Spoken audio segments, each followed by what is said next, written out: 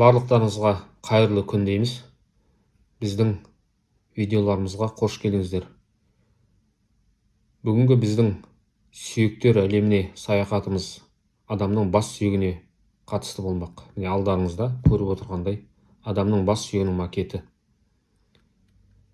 Біздің оқырмандарымыз жазған екен адамның бас сүйегіне қатысты видеоны сұрап. Бұл видеода біз адамның анатомиясына тоқталамыз. Бас сүйегінің құрылысына қандай сүйектер бар, соларға тоқталатын боламыз. Міне алдынан қарағанда адамның бас сүйегі 23 сүйектен тұрады. Сондай бір жеке өз алдына үлкен бір конструкция бастың өзі. Бастың қызметін барлығымыз білеміз ғой, не қызмет атқаратын. Біздің денеміздегі маңызды мүше бұл бас. Міне ең бірінші міне алдынан қарағандағы кескіні жанынан. Мынау әрбір сүйек әртүрлі түске боялған, көріп тұрсыздар. Әрбір сүйек әртүрлі түске боялған. Яғни әр сүйекті айыру үшін осылай әр түске боялған. Үстінен қарағанда, астынан қарағанда мынандай.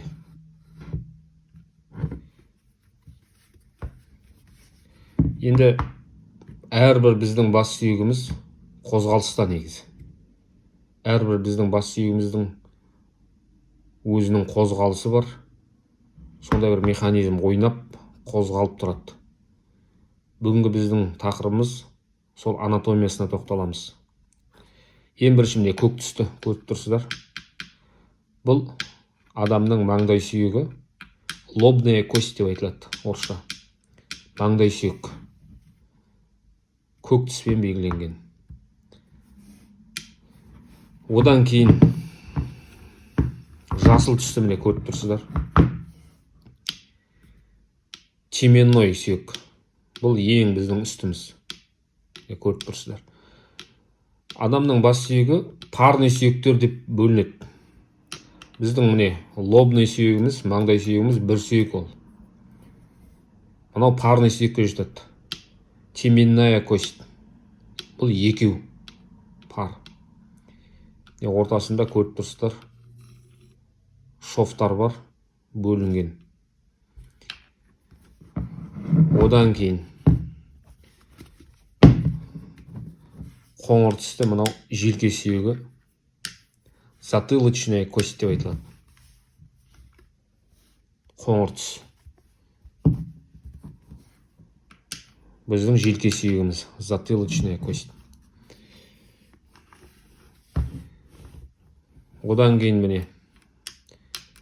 адамның жанындағы бұл сүйекті екеу парный сүйекке жатады. Міне аңда да бар. Міне аңда да бар. Екі сүйек.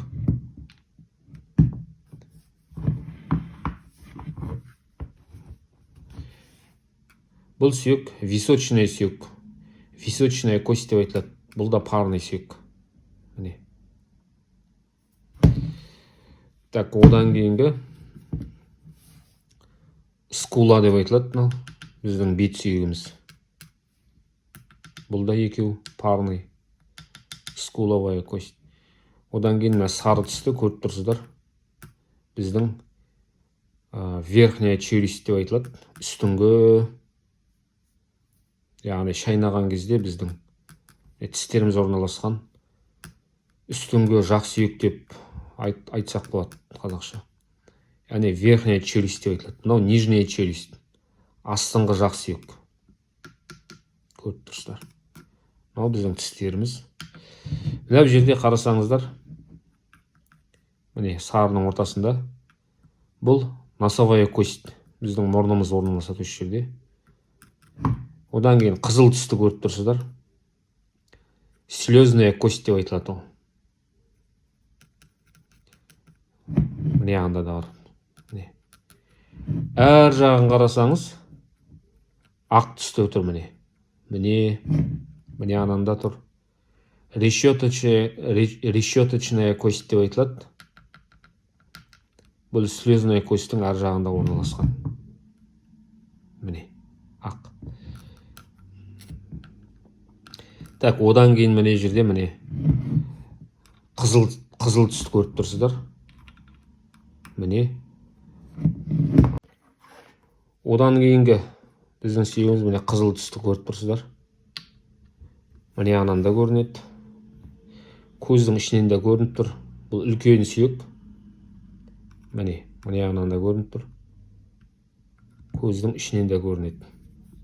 Қарасаңыздар. Соның барлығы бір сүйек. Клиновидная кость деп айтылады. Клиновидный косттың қанаты, үлкен қанаты деп айтылады. Міне біздің көзіміздің үстінде.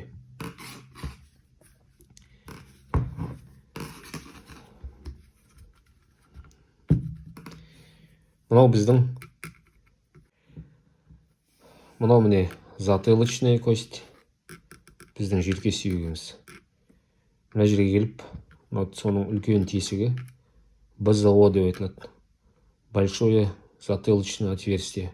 Осы жерге келіп біздің мойын омыртқамыз былай келіп орналасады.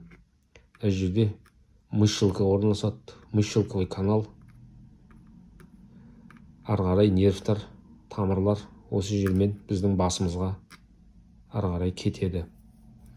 Қысқаша адамның басының сүйектері анатомиясы осындай.